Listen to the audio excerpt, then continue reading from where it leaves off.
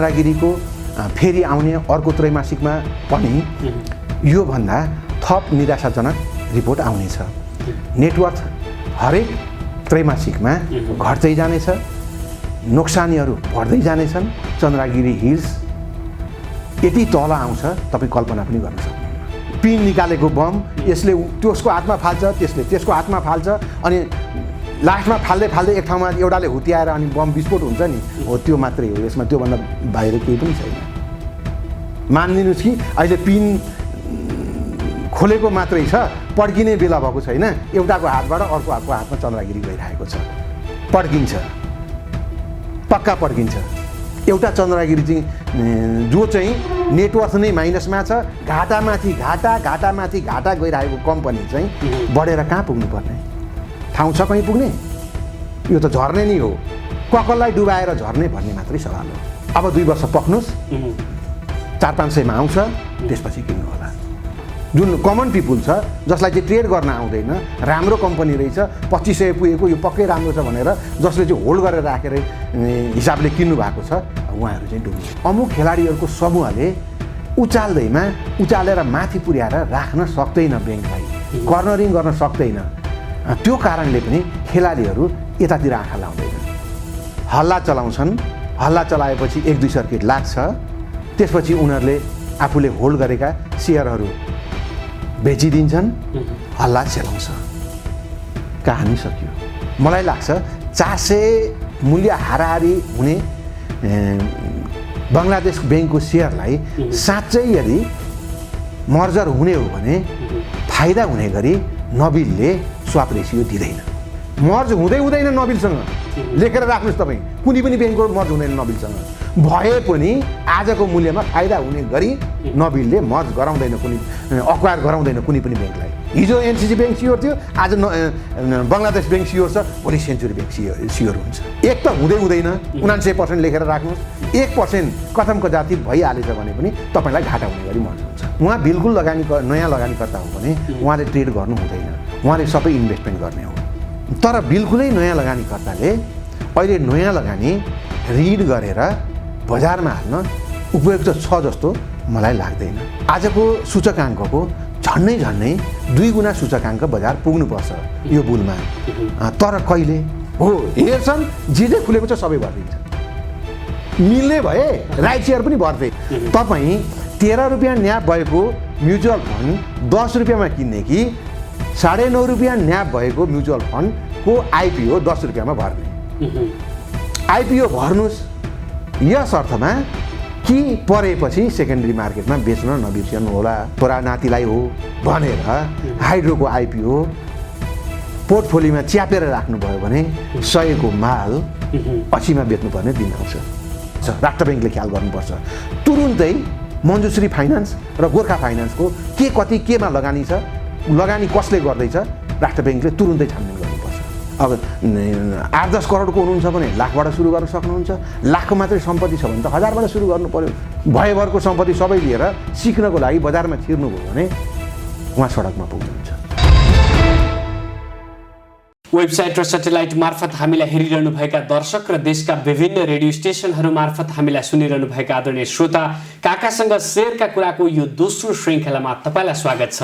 म सुरज प्याकुरेल। हाम्रो कार्यक्रमको पहिलो भागका प्रति तपाईँहरूले दिनुभएको उत्साहप्रद प्रतिक्रियाले हामी थप उत्साहित बनेका छौँ र आजको अङ्कमा विशेष गरी अघिल्लो श्रृङ्खला हेरिसकेपछि तपाईँ लगानीकर्ता दर्शक श्रोताले सोध्नु भएका केही प्रश्न र आम लगानीकर्ताका जिज्ञासासँगै बजारका पछिल्ला आयामहरूका बारेमा हामी काकासँग छलफल गर्छौँ, चर्चा परिचर्चा र बहस गर्छौँ।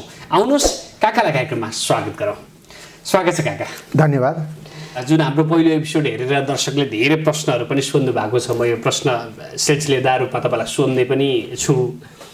धेरैजनाले अहिले सोध्नु भएको कुरा चाहिँ यो चन्द्रगिरी हिल्स भन्ने कम्पनी भयङ्कर सर्किट लागे निकै माथि पुगेको थियो, तर रिपोर्ट हेर्दा त तिरिमिरी झैँ हुने गरी रिपोर्ट आयो, साह्रै झड्का दिने गरी रिपोर्ट आयो। अब यो के हुन्छ, काकालाई सोधिदिनु पर्यो भनेर एकजना पोखराका दर्शकले सोध्नु भएको छ।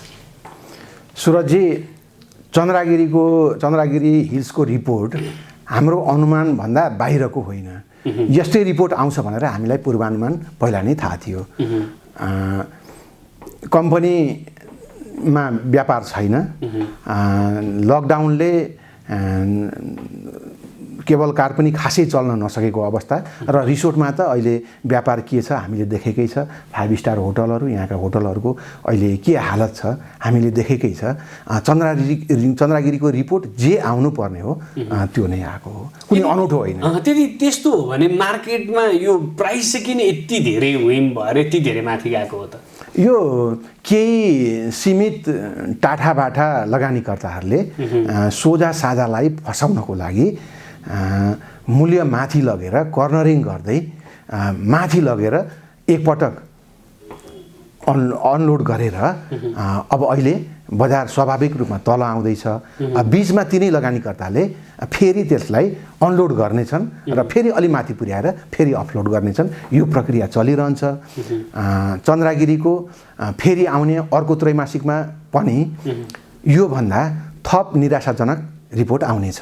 नेटवर्थ हरेक त्रैमासिकमा घट्दै जानेछ, नोक्सानीहरू बढ्दै जानेछन्, रिपोर्टमा कम्पनी नाजुक अवस्थामा देखिँदै जानेछ। तर बजारमा केही टाठाबाठाहरूले यसबाट मनङ्गे आम्दानी गर्नेछन्। अब हामीले के गर्ने त?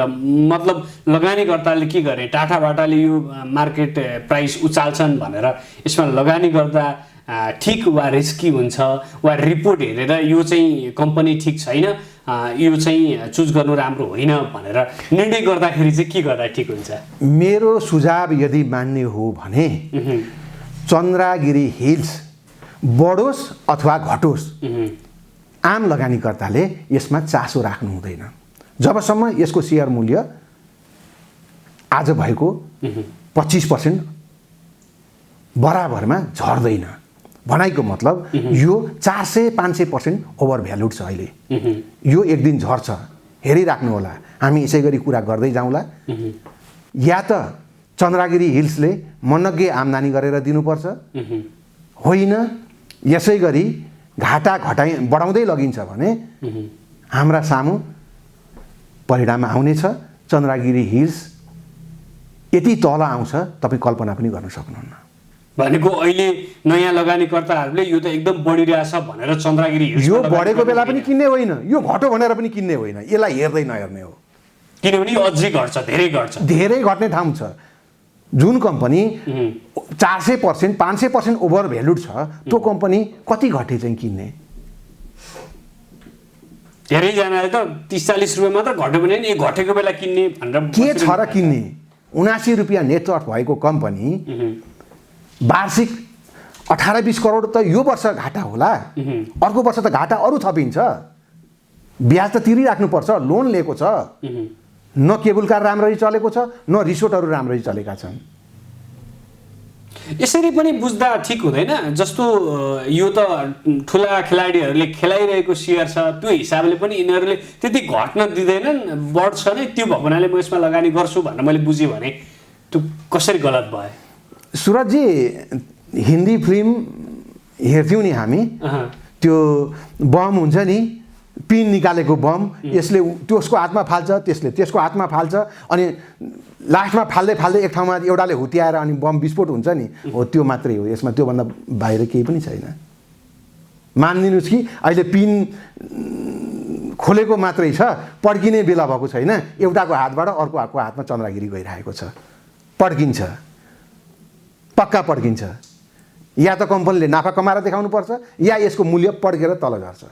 दुईटामा एक हुन्छ। भनेको अहिले चाहिँ 2000 भन्दा माथि भएको यो सेयरको मूल्य वा चन्द्रगिरी हिल्सको सेयरको मूल्य चाहिँ लगभग 500 हाराहारीमा आउन त्यति ठुलो समय कुर्नु पर्दैन। आउँछ। नआउनको लागि कम्पनीले नाफा कमाएर दिनुपर्छ। अब भोलिदेखि नै कोभिड अझ बढिरहेको भन्ने कुरा आइरहेछ। हिजोआज पनि ठाउँ ठाउँमा लकडाउन सुरु भइरहेछन्। यो स्थितिले त चन्द्रगिरी त नाफामा जाने त देखिँदैन कुनै हाल। सुरजजी, बजार 1100 आसपासमा हुँदा र आज 2700 आसपासमा बजार हुँदा एउटा सेक्टर जहाँको त्यही छ। कुन हो? होटल सेक्टर होइन? आज 200 को हाराहारीमा सोल्टी होटलको मूल्य छ, 300 को हाराहारीमा तारागाउँको सेयर छ, 450 को हाराहारीमा ओरिएन्टल होटलको होला। यिनै तीनटा होइनन् होटलका कम्पनीहरू, यी बढेका छैनन्। किन बढेका छैनन् भन्दाखेरि यही कोभिडको कारणले टुरिस्टहरू आएका छैनन्, होटल अकुपेन्सी छैन, कमाइ छैन, घाटामा छन्। पुराना केही रिजर्भबाट कुनै कम्पनीले केही रिटर्न दिएका होलान् पुरानो रिजर्भबाट, नयाँ त घाटामै छन्। अरू त्यो सेक्टरै बढ्न सकेको छैन यही कोभिडको कारणले। भने एउटा चन्द्रगिरी चाहिँ जो चाहिँ नेटवर्थ नै माइनसमा छ, घाटामाथि घाटा गइरहेको कम्पनी चाहिँ बढेर कहाँ पुग्नुपर्ने? ठाउँ छ कहीँ पुग्ने? यो त झर्ने नै हो, ककललाई डुबाएर झर्ने भन्ने मात्रै सवाल हो। भनेको आजको रिपोर्ट हेरेरै लगानी गर्ने हो वा चाहिँ यो तमाम चिजहरू बुझेर लगानी गर्ने हो भने चाहिँ चन्द्रगिरी हिल्स एउटा सठिक लगानीकर्ताका लागि वा एउटा जेन्युन लगानीकर्ताका लागि चुज गर्ने स्क्रिप्ट होइन। बढे पनि होइन, घटे पनि होइन। ड्याम केयर यसलाई वास्ता गर्नु हुँदैन। अब कतिसम्म आयो भने चाहिँ किन्न ठिक्क हो चन्द्रगिरी? त्यो सम्भव छैन। अब 2 वर्ष पक्नुहोस्, 400-500 मा आउँछ, त्यसपछि किन्नु होला। भनेको 400-500 मा नआउनको लागि कम्पनीले 40-50 EPS निकाल्नुपर्छ नि त। निकालेर देखाओस्, त्यसपछि किनौला। तपाईँ पनि किन्नु, म पनि किन्छु। तर अहिले चाहिँ चन्द्रगिरी हिल्स 2000 हाराहारीमा किनेर चाहिँ त्यो रेस्की हो। उहाँहरूको लगानीलाई सुसाइड गराउँदै हुनुहुन्छ यदि लामो समय कसैले राख्नुहुन्छ भने। अहिले त पिन निकालेको बम हो। उसले उसको हातमा फाल्ने, उसले उसको हातमा फाल्ने, उसले उसको हातमा फाल्ने, पड्किने बेला कसका हातमा जान्छ हेर्दै गर्नु होला। जस्तो अहिले केही दिन यता सामान्य करेक्सनहरू पनि देखिएको छ बजारमा, निरन्तर बढिरहेको बजारमा केही करेक्सनहरू पनि देखियो। यो करेक्सनको बेलामा चाहिँ सेयर एकदम उठाउने समय हो भन्ने खालका कुराहरू पनि विगतदेखि नै चल्दै आएको कुरा हो। विगत केही दिन अगाडि चन्द्रगिरीको एकपटक मार्केट प्राइस घटेको पनि थियो, त्यो बेला धेरैले उठाउनु पनि भयो। यो हिसाबले त उहाँहरूले गल्ती गर्नुभयो होइन। केहीले त सही पनि गर्नुभयो होला, ट्रेडको हिसाबले 18-1900 मा किन्नुभयो होला, 27-2800 मा लगेर बेच्नुभयो होला। केही टाटाबाटाहरूले त कमाउनु भयो। जुन कमन पिपुल छ जसलाई चाहिँ ट्रेड गर्न आउँदैन, राम्रो कम्पनी रहेछ, 2500 पुगेको यो पक्कै राम्रो छ भनेर जसले चाहिँ होल्ड गरेर राखेर हिसाबले किन्नु भएको छ, उहाँहरू चाहिँ डुब्नु। केही लगानीकर्ताका प्रश्न नै लिउँ। एकजना लगानीकर्ताले यो ब्याङ्क किन बढ्दैन, नाच्छ मात्रै भन्ने कुराहरू पनि छ नि। यो ब्याङ्क नबढेको कारण चाहिँ के हो काका? सुरजी, ब्याङ्क बढ्दै नबढेको चाहिँ होइन, ब्याङ्कहरू पनि बढेका छन्। केही ब्याङ्कहरू 2 गुणा बढेका छन्, केही ब्याङ्कहरू 2.5 गुणासम्म पनि बढेका छन्, केही ब्याङ्कहरू 50% बढे होलान्, केही चाहिँ जहाँको त्यहीँ पनि छन्। यसमा 2टा कुरा छ। केही बढ्दै नबढेका ब्याङ्कहरूको कार्य क्षमता पनि ह्रास भएको छ। उनीहरूको लगानी पनि उनीहरूले गर्न सकेका छैनन्, नाफा पनि कमाएर दिन सकेका छैनन्। यसकारण नबढेका पनि केही कम्पनीहरू छन्। केही कम्पनीहरू राम्रै नाफा कमाएर राम्रै प्रतिफल दिँदै पनि नबढेका कम्पनी पनि छन्।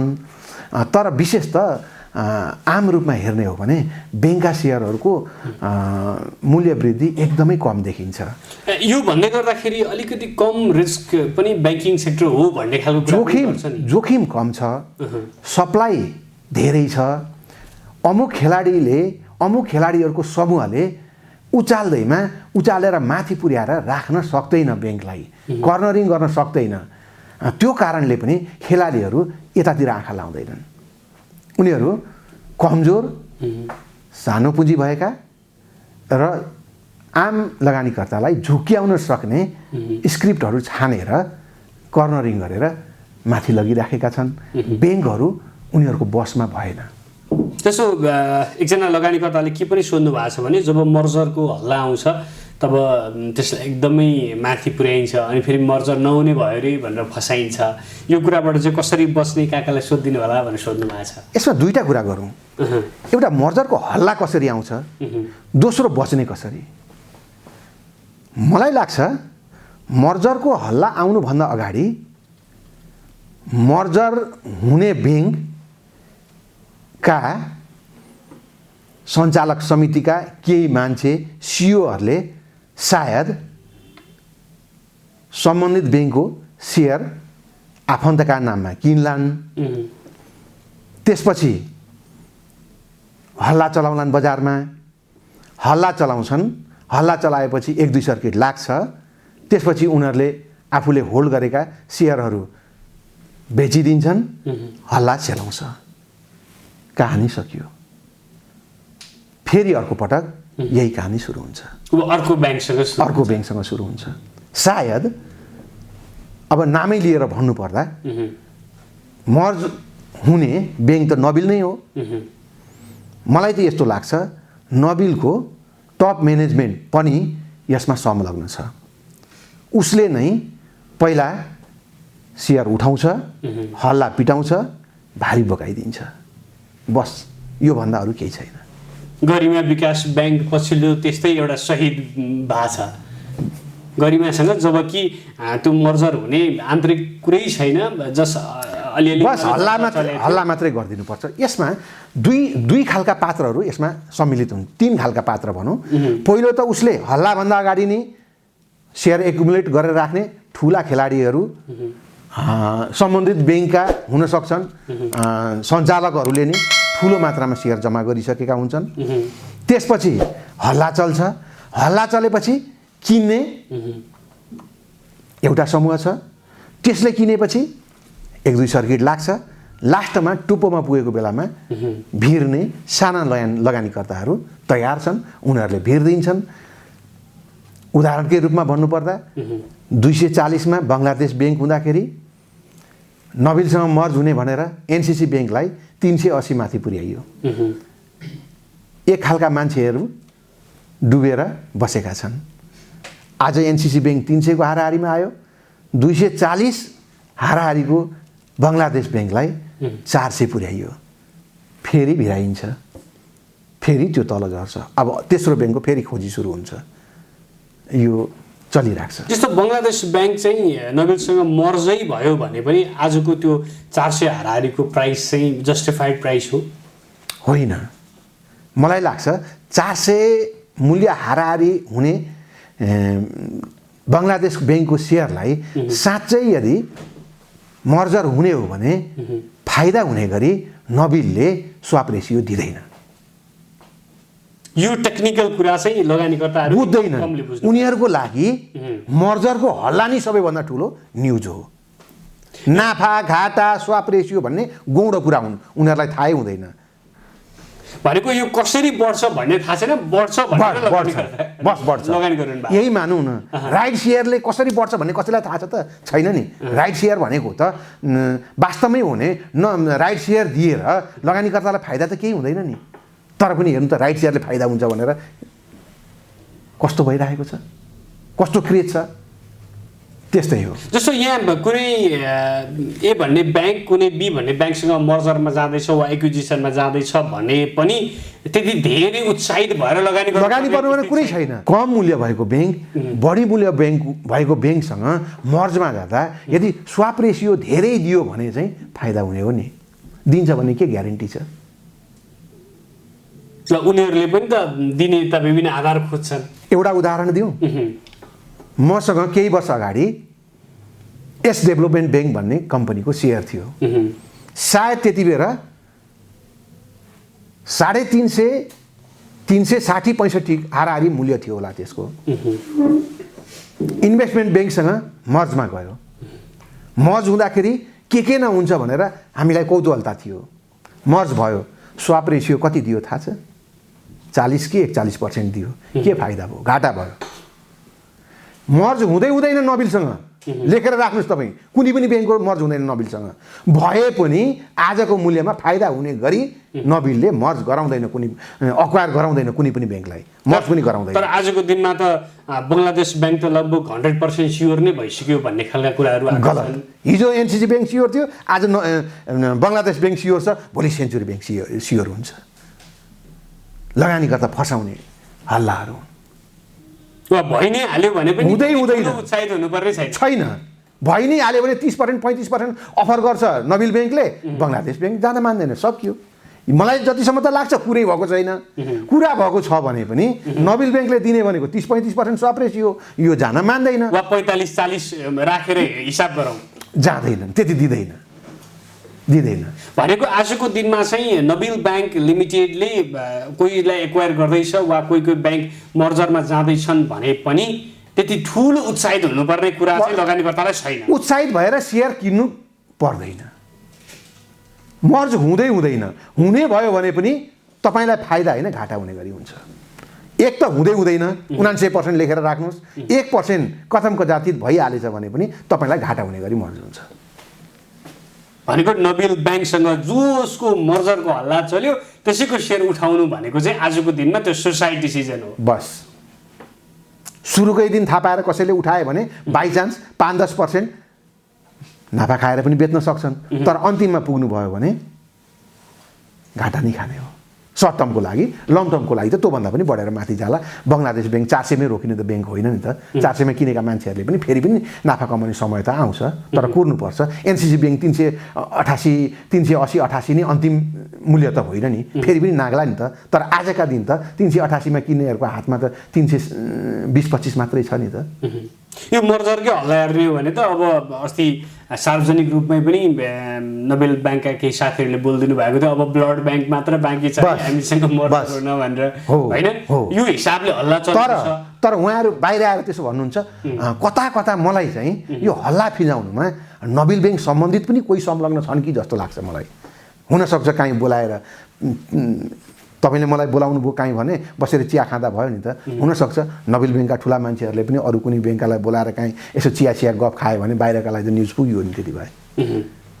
तर त्यो हिसाबले अब हामी समग्रमा यो कुरालाई कन्क्लुड गर्दाखेरि कुनै ब्याङ्कसँग मर्जरमा जाँदैछन् वा एक्विजिसनमा जाँदैछन् भने पनि त्यति धेरै उत्साहित बनेर सेयरमा पैसा हालिहाल्नु चाहिँ जरुरी छैन वा डिसिजन त सही छैन।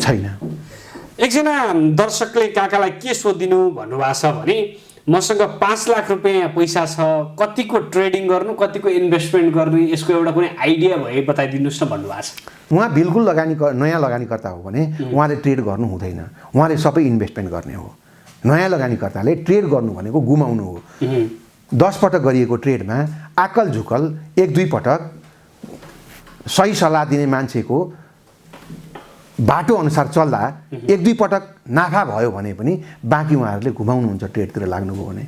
उहाँ यदि नयाँ लगानीकर्ता हुनुहुन्छ भने उहाँले 100% लगानी इन्भेस्टमेन्टको हिसाबमा लगाउनुपर्छ, ट्रेडको हिसाबमा होइन। तर अब इन्भेस्टमेन्ट गरेर त अब कहिले बजार घट्ने बढ्ने भन्ने नै थाहा हुँदैन भने त त्यो त रिटर्नै आउँछ भन्ने जस्तो भएन। ट्रेड भयो भने अब सर्किट हान्छ, के गर्छ, कसो गर्छ, टन्नै पैसा आउँछ भन्ने खालको एउटा मनोविज्ञान छ नि। सुरजजी मलाई लाग्छ 90-95% सबै कम्पनीका सेयरहरू केही न केही बढेकै छन्। कहिले बढ्छ थाहा छैन, तर एक दिन बढ्न त बढेकै छन्। केही कम्पनीहरू होलान् बढेका छैनन् होला, ती पनि भोलि बढ्दैनन् भन्न सकिँदैन, ती पनि बढ्न सक्छन्। बजार घटे पनि ती बढ्न सक्छन्। तब नयाँ मान्छेले ट्रेड गर्दाखेरि जोखिम असाध्यै हुन्छ। मौकामा उसले बेचेर बाहिरिन सक्दैन। ट्रेड गर्न किनिएका स्क्रिप्टहरू मूल्य स्थिर भएर रहँदैनन्, फ्लक्चुएसन धेरै हुन्छ। त्यसको फाइदा उहाँहरू लिन सक्नुहुन्न। आकल झुकल लिनु अलग कुरा हो। त्यसैले नयाँ लगानीकर्ताले जतिसुकै लगानी गर्ने भए पनि पहिला इन्भेस्टमेन्टको हिसाबले लगानी गर्नुपर्छ। बिस्तारै सिक्दै गएपछि, अनुभव बटुल्दै गएपछि उहाँहरू केही हिस्सा इन्भेस्टमेन्टको रूपमा र केही हिस्सा ट्रेडको रूपमा जान सक्नुहुन्छ। तर बिल्कुल नयाँ लगानीकर्ताले ट्रेडको हिसाबमा जानै हुँदैन। भनेको म केही समय राख्छु भनेर इन्भेस्टमेन्ट गर्ने हो। ट्रेड भनेको के हो भने सुरजजी, चन्द्रगिरी हिल 21-2200मा किनेर 2800मा बेच्नु ट्रेड हो। नयाँ लगानीकर्ताले 21-2200मै किनेको रहेछ, 2000मै किनेको रहेछ भने पनि 2800मा बेच्ने सम्भावना अत्यन्तै न्यून हुन्छ। ऊ त 4000-5000 पुग्छ भन्न उसको दिमागमा सोचना चाल्छ। उसले लामो समय होल्ड गरेर राख्यो भने ट्रेड गरेका त्यस्ता कम्पनीहरू भोलिको दिनमा ठुलो नोक्सानी बेहोर्नुपर्छ। कम फ्लक्चुएसन हुने ब्याङ्क, विकास ब्याङ्क जस्ता क्षेत्रमा नयाँ लगानीकर्ताले लगानी गर्नुपर्छ र अनुभव बटुल्नुपर्छ पहिला। भनेको नाफा बटुल्ने एक्जिट हुने भन्ने नै थाहा नभएर लगानीकर्ता फस्छन्। लगानीकर्ता चाहिँ बस कुन बेला इन्ट्री गर्ने, कुन बेला एक्जिट हुने, कस्तो सेयरमा लगानी गर्ने, कुन सेक्टरमा लगानी गर्ने छुट्याउन नसकेका कारणले उहाँहरू सफल हुन सक्नुहुन्न। सफल हुने सम्भावना अत्यन्तै कम हुन्छ। भनेको यदि आजको दिनमा मैले 5 लाख रुपियाँ कुनै स्क्रिप्टमा हाल्दैछु वा कसैले 1 लाख रुपियाँ हाल्दै हुनुहुन्छ भने त्यो ट्रेड गरेर मैले 5 लाखलाई 10 लाख 10 लाखलाई 20 लाख बनाएर सक्छु भन्ने चाहिँ आजको दिनमा कल्पना नगर्दा हुन्छ। कल्पना गर्नुभयो भने तपाईँ डुब्नुहुन्छ, कल्पना गर्नु भएन भने तपाईँलाई नाफा दिन्छ कम्पनीले। तपाईँ नयाँ इन्भेस्टरले इन्भेस्टमेन्टको हिसाबमा लगानी गर्यो भने बिचमा त उसलाई फाइदा हुनसक्छ नि। हामीले देखेका छौँ त कतिपय कम्पनीहरू, जस्तै कि केही फाइनेन्स कम्पनीहरू थिए, केही दिन अगाडिसम्म 175, 80, 200 को हाराहारीमा घुमिरहेको थिए। आज ती कम्पनीहरू 300, 350 मा पुगिरहेका छन्। होल्ड गर्ने हिसाबले कसैले 200 मा किनेको थियो भने अहिले 300, 350 मा बेच्दाखेरि राम्रो मार्जिन भएन र नाफा बनेकै छ त। यो सोच्नु हुँदैन कि ट्रेड गरेर चाहिँ नाफा कमिहाल्छ र इन्भेस्टमेन्टको हिसाबले लगानी गरेको कम्पनीले चाहिँ नाफा दिँदैन भन्ने सोच्नै हुँदैन। इन्भेस्टमेन्टले पनि बुलिस बजारमा राम्रो नाफा दिन्छ। अझ ट्रेड गर्दा भन्दा इन्भेस्टमेन्ट गर्दा बढी नाफा आउँछ बुल बजारमा। धेरैजनाले चाहिँ कसरी पनि विश्लेषण गर्नुहुन्छ भने ट्रेड गर्दाखेरि त आज ट्रेड गरेँ मैले, भोलि बेचिहालेँ, फेरि किनिहालेँ, फेरि बेचिहालेँ, फेरि किनिहालेँ, फेरि बेचिहालेँ, फाइदा भएको भइ गर्छ। के सधैँ फाइदा हुन्छ त? मलाई लाग्छ 100% कुनै पनि ट्रेडरले 100% कम्पनीहरू फाइदामा बेच्न सक्दैन। अति नै बढी अनुभव भएका खेलाडीले त सबै कम्पनीमा ट्रेड गरेर नाफा कमाउन सक्दैनन् भने नयाँ लगानीकर्ताले जसको सूचनामा पहुँच हुँदैन, जसलाई कम्पनीको फन्डामेन्टल एनालाइसिससम्म पनि राम्ररी गर्न आउँदैन, उनीहरूले गरेका सबै ट्रेडमा नाफा कमाउन सक्लान् र? मुस्किल छ, मलाई त लाग्दैन।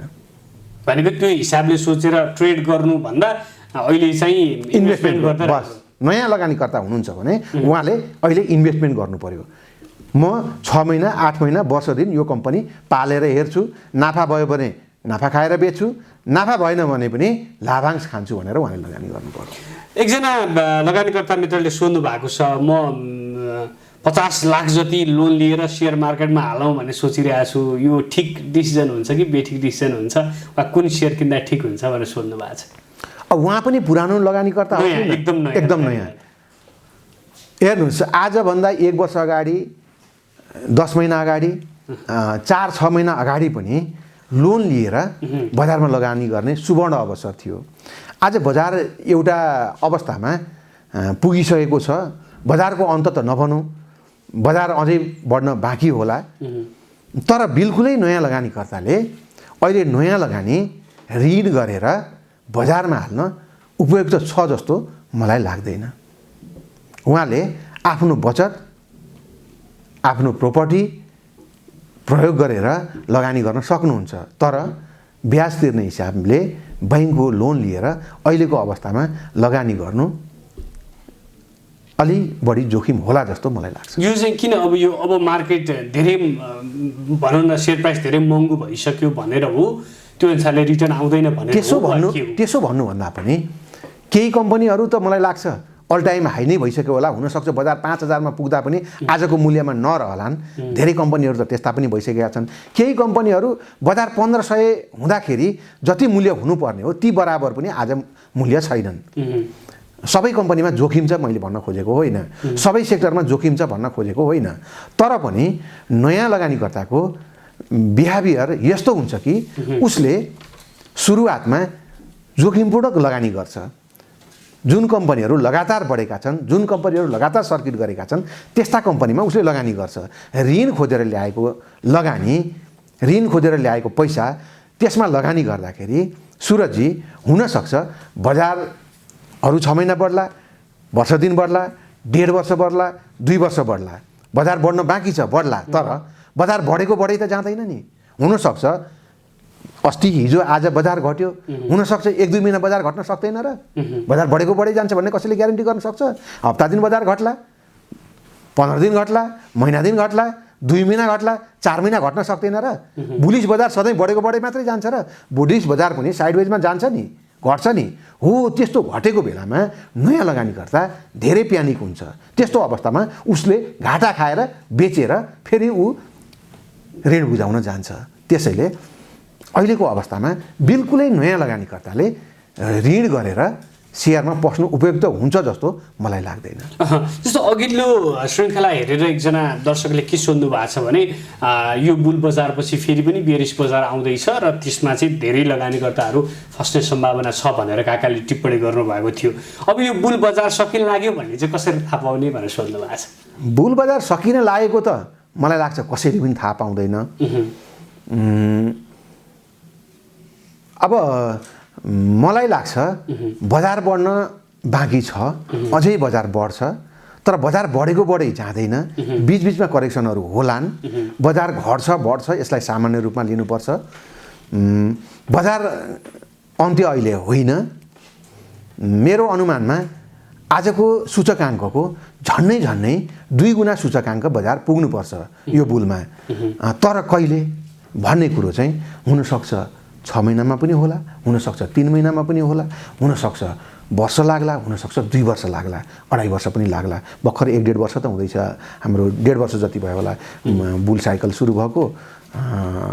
यो हिसाबले चाहिँ यो बुल बजारमा अहिलेको नेप्से परिसूचक झन्डै 5,000-6,000 पुग्छ भन्ने 5,000 क्रस गर्छ भन्ने मेरो चाहिँ विश्वास छ। किन भने सुरजजी आज 2700 नेप्से पुगे पनि केही कम्पनीहरू, केही नयाँ लिस्टेड कम्पनीहरू, नयाँ सूचीकरण भएका कम्पनीहरूको बजार मूल्य को कारणले गर्दाखेरि सूचकाङ्क धेरै बढेको छ। उदाहरणकै रूपमा भन्नुपर्दाखेरि ठुलो पुँजी भएका एनआरआइसी, निफ्रा, सानै पुँजी भए पनि अहिलेको चन्द्रागिरी, धेरै बिमा कम्पनीहरू यो बिचमा सूचीकृत भएका छन् र यिनीहरूको मूल्य अचाक्ली माथि गएको छ। त्यसले गर्दाखेरि बजार पुँजीकरण र बजार सूचकाङ्क बढाएको हो। मलाई भन्नुहुन्छ भने आजभन्दा एक वर्ष अगाडि नेप्सेमा सूचीकृत भएका कम्पनीहरूको मात्रै बजार पुँजीकरण र सूचकाङ्कको मापन गर्ने हो भने बजार 2000 माथि होला भनेर मलाई लाग्दैन। जस्तो एकजना नयाँ लगानीकर्ता नै हो भन्नुहुन्छ, उहाँले चाहिँ बजार एकदम बढ्दाखेरि पनि मेरो पोर्टफोलियो खासै बढेन भन्नुभएको छ। यो टेक्निकली के कारण हो, मेरो पोर्टफोलियो म्यानेजमेन्टै गतिलो भएन, वा चाहिँ बजार घटेको बेलामा चाहिँ मेरो पोर्टफोलियो बढेको थियो, यो कस्तो अचम्मको संयोग हो भनेर सोध्नु भएको। दुईटा कुरा हुनुहुन्छ, उहाँ लगानी सही ठाउँमा गरिराख्नु भएको छ, बजारले उहाँमाथि अन्याय गरेको हुनसक्छ। जस्तो कि नयाँ लगानीकर्ताले सुरक्षित रूपमा लगानी गर्न त अहिले ब्याङ्क र विकास ब्याङ्क नै हुन् सबैभन्दा सुरक्षित। ब्याङ्क र विकास ब्याङ्कको मूल्य वृद्धि सुस्त छ, त्यस कारणले पनि उहाँको पोर्टफोलियो धेरै नबढेको हुनसक्छ, एउटा कारण। दोस्रो कारण यस्तो हुनसक्छ कि उहाँलाई पैसाको भोक जागेको होला, छिटो कमाउने भोक जागेको होला, उहाँ जे बढो त्यो किन्नुहुन्छ होला, उहाँले किनेपछि कम्पनी घट्न थाल्छ होला, उहाँ त्यो बेचेर फेरि अर्को बढेकोतिर सर्नुहुन्छ होला, यसरी पनि उहाँको पोर्टफोलियो नबढेको हुनसक्छ। यो चाहिँ धेरै लगानीकर्ताहरूले गरिरहनु भएको छ पछिल्लो समयमा। बस तपाईँ उदाहरणको लागि तपाईँ 15-20 जना नयाँ लगानीकर्तासँग तपाईँ क्वेसन गर्नुहोस्, तपाईँलाई कुन कुन कम्पनीको नाम थाहा छ, केमा लगानी गर्नुहुन्छ भनेर उहाँहरूलाई सोध्नुभयो भने आजको दिनमा तपाईँ सोध्नुहोस्, उहाँले नाम लिने कम्पनीहरू भनेको चन्द्रागिरी नै हुन्छ, केही जलविद्युत कम्पनीहरू हुन्छन्, अपर हुन्छ, एनआरआइसी होला, निफ्रा होला। होइन, निफ्रा एनआरआइसी अहिले लिँदैनन् नाम, किनभने एनआरआइसी 1800बाट तल झरेको 3-4 महिना 5 महिना बढी भइसक्यो। त्यही भएर अहिले आएको नयाँ लगानीकर्ताले एनआरआइसीमा पनि लगानी गर्दैन। बुझ्नु भएन? जे 15-20 दिन महिना दिन अगाडिदेखि जे उत्पाद बढिरहेको छ, अहिलेका कामै नलाग्ने, ताला लाग्न आँटेका जलविद्युत कम्पनीहरू जसले चाहिँ हरेक दिन जसो सायद मलाई लाग्छ आज पनि सर्किट आनिरहेका होलान्, जसको वित्तीय अवस्था दयनीय छ, यस्ता कम्पनीहरूको मात्रै उहाँहरू नाम लिनुहुन्छ नयाँ लगानीकर्ता। हिजो म बजार पस्दाखेरि पनि म पनि त्यस्तै कम्पनीको नाम लिन्थेँ र आज पस्ने मान्छेले पनि त्यस्तै कम्पनीको मात्रै नाम लिन्छ। लगातार घटिरहेको कम्पनीहरू उनीहरूको दिमागमै हुँदैन, उनीहरूलाई थाहै हुँदैन के कम्पनीको रेट घटिरहेको छ भनेर त उहाँहरूलाई थाहै हुँदैन, के बढेको छ मात्रै उहाँहरू हेर्नुहुन्छ। यसो गर्दा त रिस्क देखियो। अझ भन्नुपर्दा सेक्टर वाइज यदि जाने हो भने अब विगत 3 महिनाको अवधिमा मलाई लाग्छ लाइफ इन्सुरेन्सहरू एनएलआइसी स्प्लिटको र बोनसको कारणले एकपटक अलिकति बढेको थियो होला, यो 3 महिनाको पिरियडमा एक किसिम साइडवेजमै गएको भन्दा हुन्छ लाइफ इन्सुरेन्सलाई। अहिले आएको नयाँ लगानीकर्ताले कुनै पनि लाइफ इन्सुरेन्स किनेको छैन यो 1 महिनाभित्र अवधिमा भित्र छिरेको नयाँ लगानीकर्ताले, किनभने उसलाई के भान छ भने यो लाइफ इन्सुरेन्स भनेको कहिल्यै बढ्दैन भनेर, र जब बढेर 1-2 सर्किट लाग्छ फेरि उहाँहरू यसमा चिर्नुहुन्छ।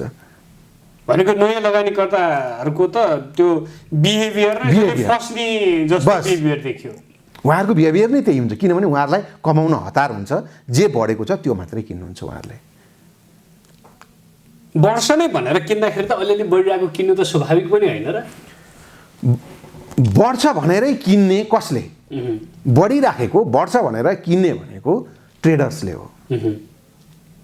ट्रेडर्स अनुभवी हुन्छ, उसले किन्छ, किनेपछि उसले केही न केही बढाउँछ, बढाएर नाफा खाएर बेच्छ, बढेन साउको साउ बेच्छ, घट्यो घाटा लागेर पनि बेचेर निस्किन्छ। तर नयाँ लगानीकर्ता त्यस्ता सेयरबाट न बढेर नाफा बुक गर्न सक्छ, न साउको साउ बेचेर बाहिर निस्किन सक्छ, न घाटा खाएर बाहिर निस्किन सक्छ। जस्तो अहिले हाइड्रोकै कुराकानी गर्दाखेरि केही हाइड्रोको आइपिओ पनि आउँदैछ, हाइड्रो पावर कम्पनीहरूको आइपिओ पनि आउँदैछ। धेरैजनाले चाहिँ अब आइपिओ भन्ने बित्तिकै चाहिँ यो अथाह हो भन्ने हिसाबले पनि बुझ्नु भएको छ, कतिले चाहिँ होइन अब बढ्ने भनेकै हाइड्रो हो भनेर पनि विश्लेषण गर्नुहुन्छ। यसलाई कसरी लिनु भएको छ? यस्तो सुरजी, हाइड्रो मात्रै होइन, यो विगत 1-1.5 वर्ष यता प्राइमरी बजारमा पसेका नयाँ लगानीकर्ताहरू असङ्ख्य छन्। मलाई लाग्छ 15-20 लाख नयाँ लगानीकर्ताहरू छिरिसक्नुभयो। उहाँहरूलाई के थाहा छ भने आइपिओ भर्ने सबैको रेट मूल्य बढ्छ, आइपिओ सबैको भर्नुपर्छ। उहाँहरू त म्युचुअल फन्ड अहिले तपाईँले हेर्नु भएको छ नि, पहिला म्युचुअल फन्डहरू सब्सक्राइब नभएर बारम्बार समय थप्नु पर्थ्यो, डिबेन्चरहरू सब्सक्राइब नभएर बारम्बार समय थप गर्नु पर्थ्यो। हिजो आज हेर्नुहोस् त भनेकै टाइममा बिक्छ, डिबेन्चर पनि बिकिरहेको छ, म्युचुअल फन्डको पनि बिकिरहेको छ। किन भन्दाखेरि नयाँ लगानीकर्ताले के सोध्छ भने यसमा पनि कमाइ हुन्छ, आइपिओ आए चाहिँ सबै भर्ने, केही पनि छोड्दैन। वा कतिले त मेरो सेयरमा यो पनि आइपिओ भने झुकेर पनि भर्नु भएको छ। हो, हेर्छन् जे खुलेको छ सबै भरिदिन्छन्। मिल्ने भए राइट सेयर पनि भर्थे, तर सिस्टमले लिँदैन, नत्र राइट सेयर पनि भरिदिन्थे। यो अहिले पछिल्लो समय म्युचुअल फन्ड एकदम सब्सक्राइब भइहाल्ने कारण चाहिँ बस यही हो। उनीहरूलाई के थाहा छ भने कमाइ हुन्छ, आइपिओ भरेपछि कमाइन्छ, वा मेरो सेयरमा देखाएका चिज जति सबै भर्ने। तपाईँले सुन्नु भएको छ त अहिले 9%, 8.5% को डिबेन्चर पनि बिकिरहेछ, 18%, 15%मा ऋण खोजेर ल्याएर 8.5% को डिबेन्चरमा पैसा लगाइरहेछ। त्यो त्यसबाट धेरै राम्रो कमाइ हुन्छ भनेर। बस यहाँ पनि लगानीकर्ताले बुझ्नुपर्ने चाहिँ देखियो, जुन मेरो सेयरमा आउने सबै कुरा चाहिँ अप्लाई गर्नु हुँदैन भन्ने कुरा चाहिँ कतै न कतै हाम्रो चेतना स्तर पनि नभएको हामीले बुझाउन एउटा त मैले म्युचुअल फन्ड र डिबेन्चरको कुरा गरेँ। उहाँहरूले प्रश्न हुनुपर्छ, डिबेन्चर भनेको आइपिओ होइन, डिबेन्चर भनेको ब्याज खाने हिसाबले, निश्चित ब्याज खाने हिसाबले लगानी गरेको लगानी हो। त्यो आइपिओ सेकेन्डरी बजारमा डबल तिर्बल गरेर कमाइ हुने आइपिओ होइन। एक। दोस्रो, म्युचुअल फन्ड नयाँ लगानीकर्ताको लागि उत्तम लगानी हो। नयाँ लगानीकर्ताको लगानीको सुरुवात नै सेकेन्डरी बजारमा लगानीको सुरुवात नै म्युचुअल फन्डबाट हुनुपर्छ। तर के भने म्युचुअल फन्डको आइपिओ चाहिँ भर्ने होइन। के कारणले भने म्युचुअल फन्डको आइपिओ भर्दा म्युचुअल फन्डको नेट एसेट भेल्यु न्याब 10 रुपियाँको आइपिओमा 10 रुपियाँभन्दा कम हुन्छ, 9.5, 9.60, 9.75 होला। तर सौभाग्य भनौँ कि दुर्भाग्य भनौँ, नेपालमा म्युचुअल फन्डको ट्रेन्ड छैन। बजारमा 13, 13.5 न्याब पुगिसकेको म्युचुअल फन्ड जसले आउने भदौमा 15-20% तपाईँलाई नगद बोनस लाभांश दिन्छन्, त्यस्ता फन्डहरूको खरिद मूल्य नै 10 रुपियाँ छ। तपाईँ 13 रुपियाँ न्याब भएको म्युचुअल फन्ड 10 रुपियाँमा किन्ने कि 9.5 रुपियाँ न्याब भएको म्युचुअल फन्डको आइपिओ 10 रुपियाँमा भर्ने। 30-40% डिस्काउन्टमा न्याब सेकेन्डरी मार्केटबाट किन्न पाइरहेको छ भने तपाईँहरू प्राइमरीमा 10 रुपियाँ तिरेर 9.5 रुपियाँको न्याब भएको म्युचुअल फन्ड नकिन्नुहोस्। वा यो टेक्निकल चिज जुन तपाईँले अहिले बोल्नुभयो त्यो नबुझेका लगानीकर्ताहरूलाई सठिक रूपमा यसरी भनौँ कि जुन जुन हिसाबले अहिले म्युचुअल फन्डका आइपिओहरू आइरहेका छन् त्यसमा लगानी गर्नु चाहिँ त्यति उचित लगानी होइन। तुलनाको दृष्टिकोणले लाउन नहुने भनेको होइन, तर त्यही 10 रुपियाँमा 13 रुपियाँको म्युचुअल फन्ड बजारमा सेकेन्डरीमा तपाईँ किन्न पाउनुहुन्छ। किन 9.5 रुपियाँकोलाई 10 रुपियाँ तिर्नुहुन्छ? 9.5 रुपियाँकोले त यो वर्ष हात खाली राख्छ भदौमा। त्यही 10 रुपियाँ 13-13.5 रुपियाँ न्याप पुगेको म्युचुअल फन्डले त तपाईँलाई 15-20% दसैँ खर्च दिन्छ भदौमा। कुन किन्ने? अल्टरनेटिभ छ नि त, बेस्ट अल्टरनेटिभतिर जानुहोस्, वर्स अल्टरनेटिभमा होइन भन्न खोजेको। अघि नै हामी एकजना लगानीकर्ताकै प्रश्न केन्द्रित थियौँ, आइपिओ चाहिँ विशेष गरी यो हाइड्रोको आइपिओ किन्ने कि नकिन्ने भन्ने कुरा थियो। अब सुन्नुहोस्, हाइड्रोको आइपिओ, हाइड्रो आजभन्दा 1 वर्ष अगाडि 45, 48, 50, 70, 80, 90, 100 मुनि त मलाई लाग्छ 20 कम्पनी थिए। आज सबैभन्दा सस्तो भनेको 115-20-25 रुपियाँ होला। अरू त तपाईँको अघिल्लो वर्ष 70-80 मा भएका कम्पनीहरू अहिले 300-350 सम्म पनि पुगिसकेका छन्। यी कम्पनीहरू आउने बियरिस बजारमा फेरि पनि घुम्दै फिर्दै रुम्जा टार्ने हो भनेको, फेरि आउने त्यही हो भनेको। यसरी भन्न खोज्नु भयो कि अहिले 300-400 हुने हाइड्रोहरू चाहिँ अबको बियरिस बजारमा 40-45 हो। आज 100-150 भएकाहरू फेरि 40-45 मा, आज 300 भएकाहरू फेरि 100 रुपियाँमा, फेरि 90 रुपियाँमा कुमालेको चक्र, कमाइ छैन। मैले भन्न खोजेको आइपिओ नभर्नुहोस् भनेको होइन हाइड्रो पावर कम्पनीको। धेरै हाइड्रो पावरको वित्तीय अवस्था नाजुक नै छ। आइपिओ भर्नुहोस् यस अर्थमा कि परेपछि सेकेन्डरी मार्केटमा बेच्न नबिर्सनु होला, छोरा नातिलाई हो भनेर हाइड्रोको आइपिओ पोर्टफोलियोमा च्यापेर राख्नुभयो भने 100 को माल 80 मा बेच्नुपर्ने दिन आउँछ। कुरो बुझ्नुभयो? अहिले जस्तो केही दिन यता करेक्सन आइरहेको चिजबिजलाई चाहिँ धेरैजनाले यो करेक्सनको टाइममा बजार छिर्दा पनि हुन्छ वा बजार छिर्ने मौका हो भनेर पनि हल्ला पिटिरहेको सुनेका छौँ हामीले।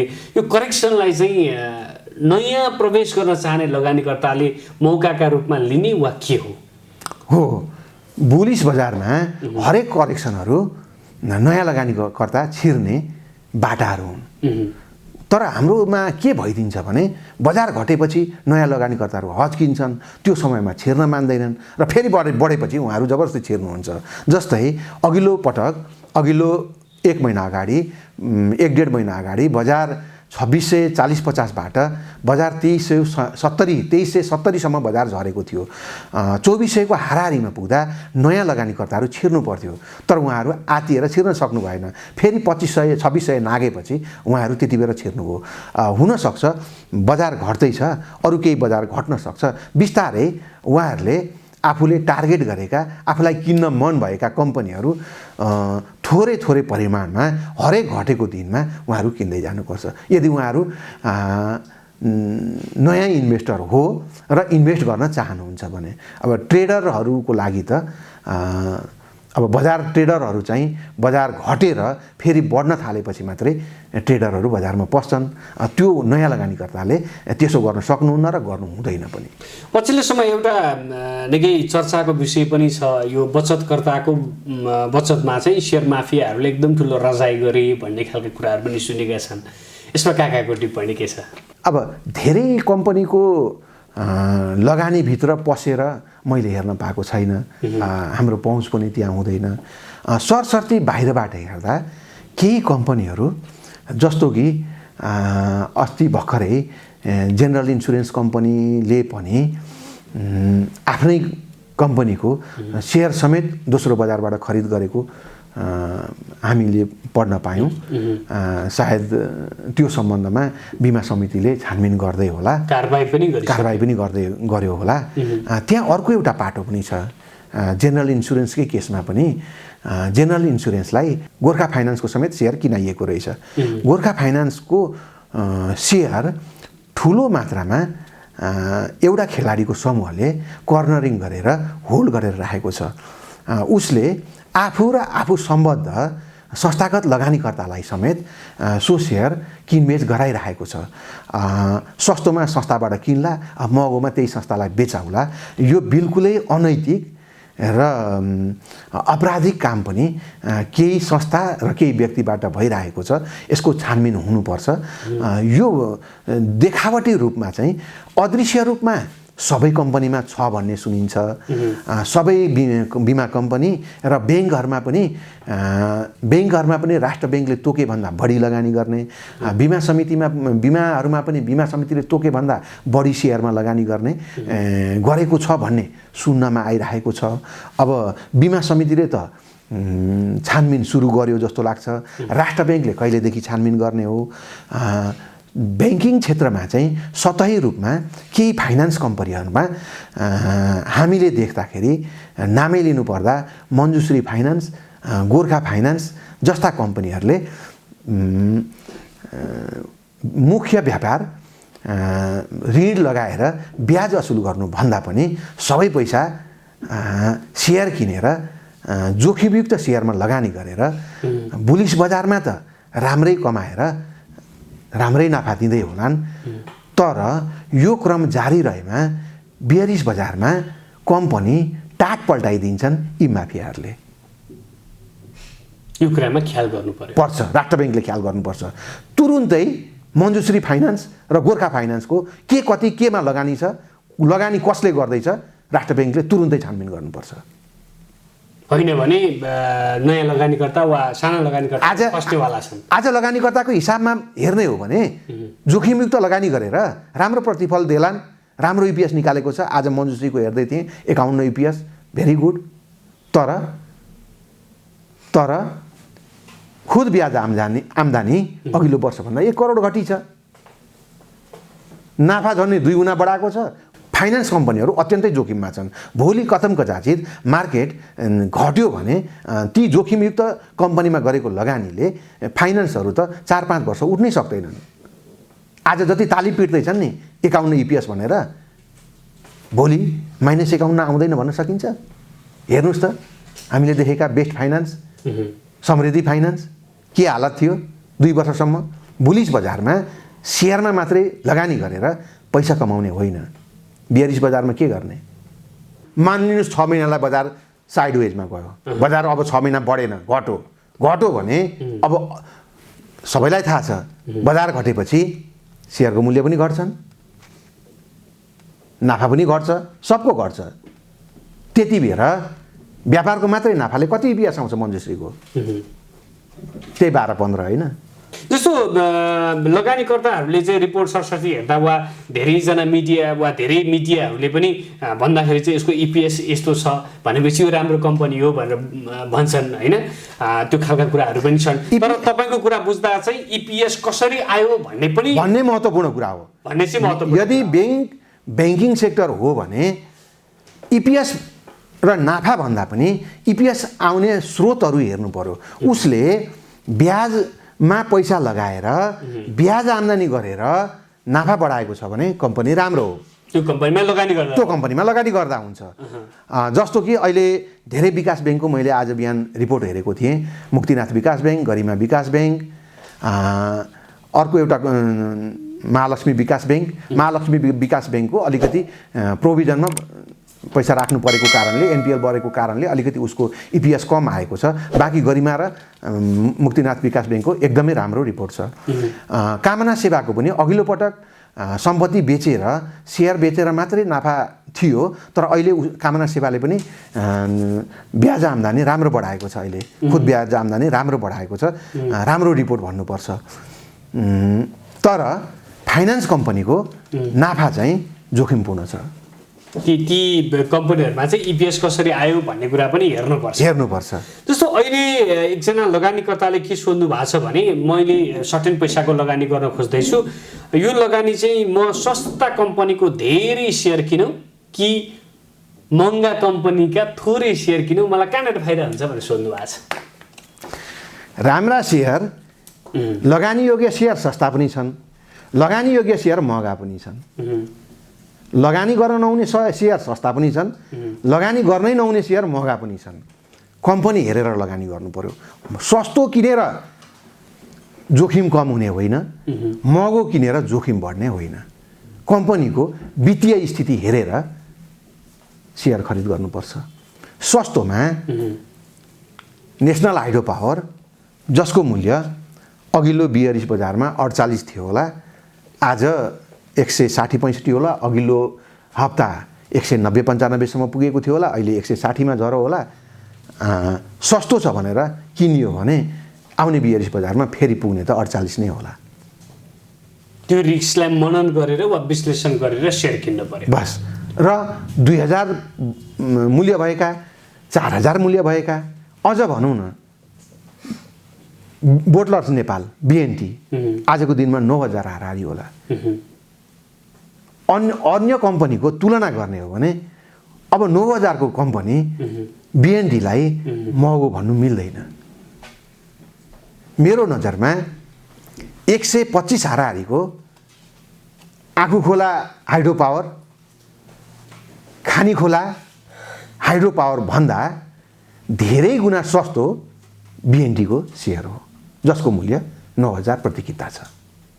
त्यसैले भनेको यो जो चाहिँ महँगा हुन् ती चाहिँ एकदम महँगो हुने बित्तिकै जोखिम बढ्ने र सस्तो हुने बित्तिकै जोखिम कम हुने होइन। भनेको म सस्तो सेयर उठाउँछु यसमा चाहिँ कम जोखिम छ भन्नु पनि गलत भयो। गलत हो। त्यो अझै कम्पनी हुने। अब यसरी हेरौँ न, बजार 1100 झर्दाखेरि पनि त BNT को सेयर 6000 मुनि झरेन, तर नेसनल हाइड्रो पावरको त 48 रुपियाँ थियो नि त। फेरि पनि 48 मा आउन सक्छ नेसनल हाइड्रो पावर, तर BNT 9000 बाट घट्यो भने पनि 6000 मुनि आउन बहुत गाह्रो छ। त्यसैले कम्पनीको जोखिम मूल्यलाई मात्रै आधार मानेर मापन गरिँदैन। यसरी बुझ्नु पर्यो। यसरी बुझ्नुपर्छ। लगानीकर्ता एकजनाले सोध्नु भएको छ, मलाई टेक्निकली बुझाइदिनु पर्यो यो कुरा भनेर यो काकाबाटै उत्तर खोजेँ मैले चाहिँ जुन सेयर किन्न खोज्यो त्यो सेयर किन्नै मिलिरहेको छैन सिस्टममा, वा किन्नै पाउँदिनँ मैले।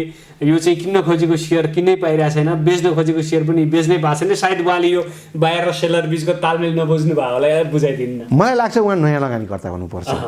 उहाँ नयाँ लगानीकर्ता हुनुपर्छ। उहाँ कस्तो सेयर किन्न चाहिराख्नु भएको छ भने भर्खरै लिस्टिङ भएका कम्पनी, जस्तो कि आजको दिनमा ज्योति लाइफ इन्सुरेन्स, हामीले अनुमान गर्ने हो भने 900 को माथि सेयर मूल्य पुग्न सक्छ भनेर अनुमान गर्न सक्छौँ। महिला लघु वित्त आज 1300-1400 मा कारोबार हुँदै होला, अझै माथि जान्छ यो सेयर। सायद उहाँ त्यस्तो कम्पनी किन्न चाहिराख्नु भएको छ होला। अथवा NLO नेसनल ल्युब ओइल, जसको बजार मूल्य लाग्छ मलाई 300 को आसपासमा होला। लाखौँ किता बायर बस्या हुन्छन्, तर सेलरमा कोही पनि आउँदैनन्। त्यस्तो किन्नलाई उहाँले चाहनु भएको होला। ती कम्पनीहरूका सप्लाई अत्यन्त न्यून छन्, 10-10 किताले मूल्य बढाएर लाने हुन्। यस्ता सेयर उहाँले चाहँदैमा किन्न पाइँदैन। बाँकी ठुलो भोल्युममा कारोबार भइरहेका कम्पनीहरूमा 1-2% तलमाथि गरेर खरिद गरे पनि बिक्रीकर्ता पाइन्छन्, बिक्री गर्नलाई पनि खरिदकर्ता पाइन्छन्। उहाँले चिन्ता गर्नु पर्दैन। एकजना लगानीकर्ताले सोध्नु भएको छ, म सेयरमा लगानी गर्न चाहन्छु तर कति पैसाबाट सुरु गर्दा चाहिँ कम रिस्क हुन्छ भने जस्तो सोध्नु भएको छ। जोखिम व्यक्तिको आर्थिक हैसियतले तय गर्ने कुरा हो। अरबपति हुनुहुन्छ भने करोडबाट खेल्न सक्नुहुन्छ, उहाँको सम्पत्ति अरबौँमा छ भने। अब 8-10 करोडको हुनुहुन्छ भने लाखबाट सुरु गर्न सक्नुहुन्छ। लाखको मात्रै सम्पत्ति छ भने त 1000बाट सुरु गर्नु पर्यो। अब किन्ने नै सुरुवातै गर्नलाई त आजको दिनमा तपाईँको 120-25 मा एउटा सेयर पाउँछ, 10 किता किन्न पाइहालिन्छ।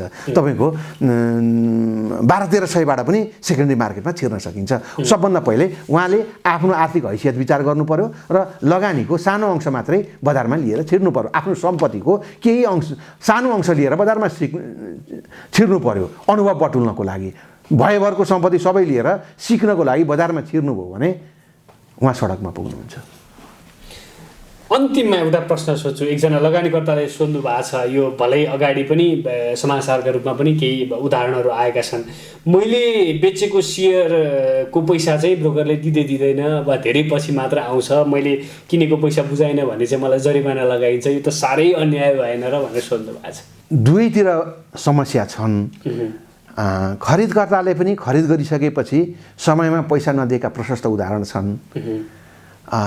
बिक्री गरिएको सेयर पनि ब्रोकरले T+2 सेटलमेन्ट गरेपछि त्यसको भोलिपल्ट विक्रेताको नाममा पैसा पठाइदिनु पर्ने हो।